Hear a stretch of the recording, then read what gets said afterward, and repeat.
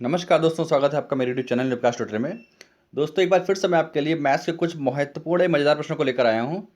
सारे ही क्वेश्चन बहुत इंपॉर्टेंट हैं और दोस्तों मैं आपको सारे क्वेश्चन को कॉन्सेप्ट के साथ समझाऊंगा। अगर आप एक बार अच्छी तरीके से समझ लेंगे तो सारे क्वेश्चन को आप बहुत ही आसानी से और बहुत कम समय में कर पाएंगे। तो दोस्तों सारे क्वेश्चन बहुत महत्वपूर्ण है चूँकि, तो इसलिए आप पूरा वीडियो देखें। ठीक है, तो स्टार्ट करते हैं। देखिए, पहला क्वेश्चन है, एक कक्षा में 50 लड़के हैं और उनका औसत वजन 45 किलोग्राम है। यदि एक लड़का कक्षा छोड़ता है और औसत 100 ग्राम कम हो जाता है, कक्षा छोड़ने वाले लड़के का वजन कितना है? देखिए, क्वेश्चन कह रहा है टोटल 50 लड़के हैं, एक इसमें से चला गया तो टोटल कितने बचे? 49। अब 49 लोगों पर 100 ग्राम कम हो गया, तो हम ये देखते हैं कि टोटल कितना कम हो गया। अगर 49 को हम 100 ग्राम से मल्टीप्लाई कर दें तो टोटल 4900 ग्राम यानी 4900 ग्राम आ गया। अगर इसे हम केजी में कन्वर्ट करते हैं, थोड़ा क्वेश्चन छोटा कर लेते हैं। अगर इसको हम केजी में कन्वर्ट करें तो 4.9 केजी आता है। ठीक है, अब बात आती है कि ये 4.9 का रिलेशन क्या है उस लड़के से। देखिए, लड़का अगर जाता और वो 45 केजी का ही होता तो औसत पे कोई फर्क नहीं पड़ता, क्योंकि उसके जाने पर बाकी के 49 लोगों पे 100 ग्राम कम पड़ रहा है, यानी कि बाकी का जो 4.9 केजी है वो लड़का लेके गया, यानी कि 45 तो उसका वजन होगा ही, और अलग से 4.9 केजी वो लेके गया है। तो ओवरऑल वो कितने, उसका वजन कितना है? 45 और 4 49, यानी कि 49.9 केजी का वह लड़का था जो गया। एक बार फिर से समझ लीजिए, क्वेश्चन कह रहा था कि कक्षा में 50 लड़के हैं और उनका औसत 45 थे, हर आदमी का 45 वजन था। एक लड़का गया तो 49 बचा।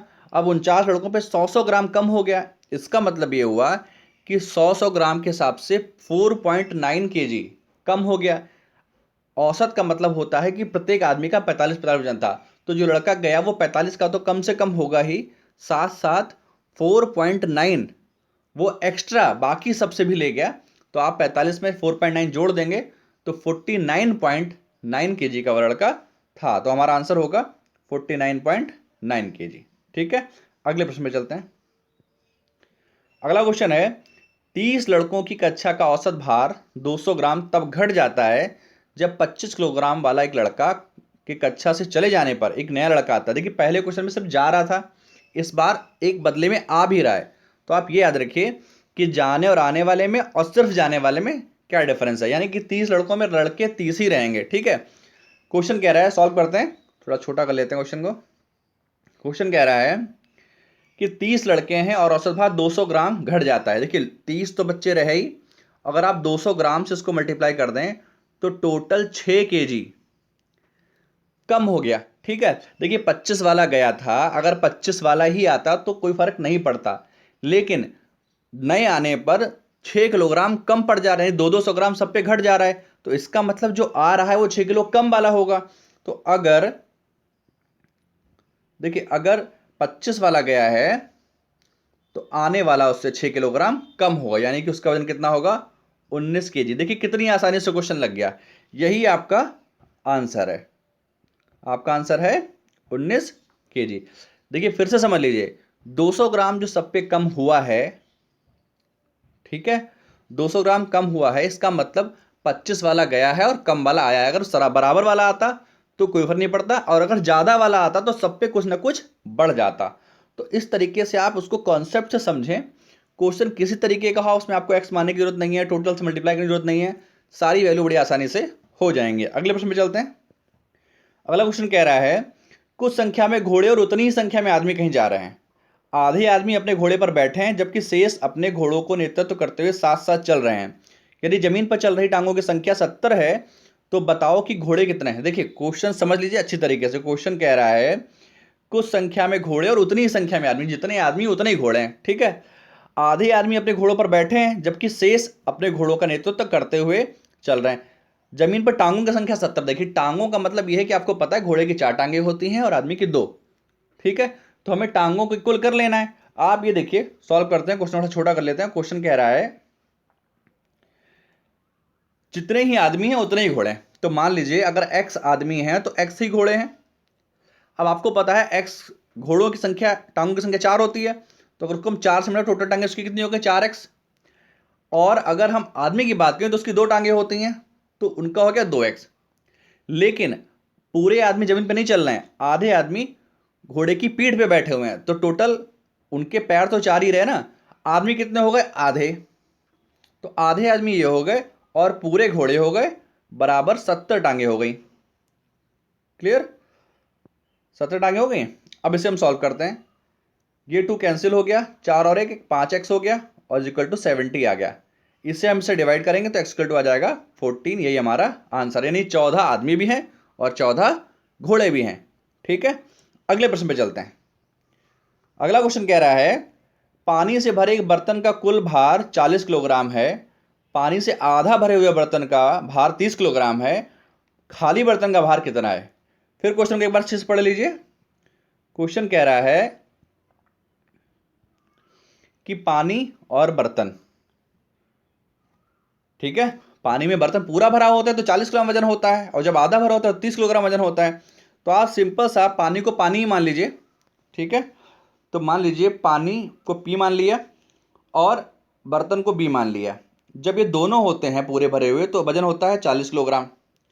अब क्या कह रहा है कि जब पानी आपका आधा भरा हो और बर्तन चूंकि पूरा होगा ही होगा, तब आपका वजन होता है 30 किलोग्राम। क्लियर। अब आपसे कह रहा है कि आपको खाली बर्तन का भार बताना कि बी का मान निकालना है। हम क्या करते हैं, पी को काट लेते हैं। ठीक है, देखिए कह रहा है कि पी को काटने के लिए क्या करें, ऊपर 2 से मल्टीप्लाई कर दें, और यहाँ 2 से तो ये भी 2 भी हो जाएगा, और यहाँ 2 से करें तो ये 2 से मल्टीप्लाई हो जाएगी। उसके बाद हम इसे माइनस करेंगे तो ये 2 से 2 कैंसिल हो गया, ये माइनस हुआ, ये माइनस हुआ और ये माइनस हुआ। तो देखिए पी से पी कैंसिल हो गया और बी 2b से माइनस का बी बचा और बराबर क्या हुआ, माइनस का 20। माइनस माइनस कैंसिल हो गया, बी इक्वल टू आ गया 20 kg। क्लियर।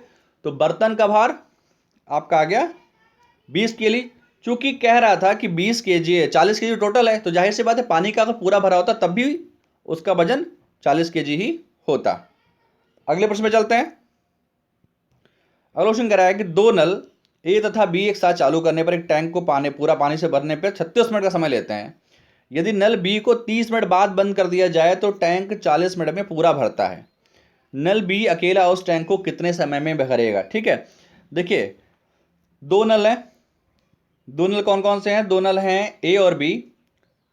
क्वेश्चन थोड़ा छोटा कर लेते हैं। क्वेश्चन कह रहा है 2 नल हैं ए और बी, एक ए है और एक बी है। ठीक है, दोनों जब भरते हैं तो 36 मिनट लगते हैं। देखिए ए और बी का अगर टोटल काम देखें तो ये 36 मिनट में करते हैं। अगर 1 मिनट का काम देखें तो इनके 1 मिनट का काम आएगा 1/36। ठीक है, अब आगे कह रहा है कि यदि 30 मिनट बाद बंद कर दिया गया होता बी को बंद कर दिया होता तो 40 मिनट में टैंक पूरा भरता, यानी कि टोटल 40 मिनट लगता, 10 मिनट और लगते। तो आप ये देखिए जब 1 मिनट का काम 1/36 है तो आप ये देख लीजिए 30 मिनट का काम कितना होगा, तो हम 30 से मल्टीप्लाई कर देंगे। 1 मिनट का काम इतना, तो 30 मिनट का काम 30/36। इसे काट लेंगे, 6 पंजे 30 और 6 छंग 36, 5/6 काम हो गया। तो बचा कितना का, बचा काम हमारा 1/6। अब आप एक समझिए, कह रहा था कि अगर 30 मिनट बाद बी को बंद कर दिया जाए तो टोटल 40 मिनट लगते हैं, यानी अब मिनट कितने बचे, अब मिनट बचे 10। ये काम बाकी का 10 मिनट में हुआ होगा। तो पूरा कितने में हुआ होगा, 10 छंगा 60, टोटल 60 मिनट में। ये किसने किया, एक आदमी ने। दूसरे व्यक्ति को निकालना है, हमें निकालना किसका है, हमें निकालना है बी अकेला उस काम कितना करेगा। तो अगर ए ने 60 मिनट में किया काम और दोनों लोग मिलकर करते हैं 36 मिनट में, तो ए प्लस बी से हम क्या करेंगे, देखिए ए प्लस बी की वैल्यू कितनी है 36 और बी की वैल्यू कितनी हमारे पास, सॉरी ए की वैल्यू कितनी हमारे पास आई, ए की वैल्यू हमारे पास आई 60। इसका एलसीएम लेंगे तो 180 आएगा। अब 36 से डिवाइड करेंगे तो 36 पंजे 180 और 60 तियाँ 180। तो 5 से 3 गया 2, 2 से डिवाइड कर देंगे।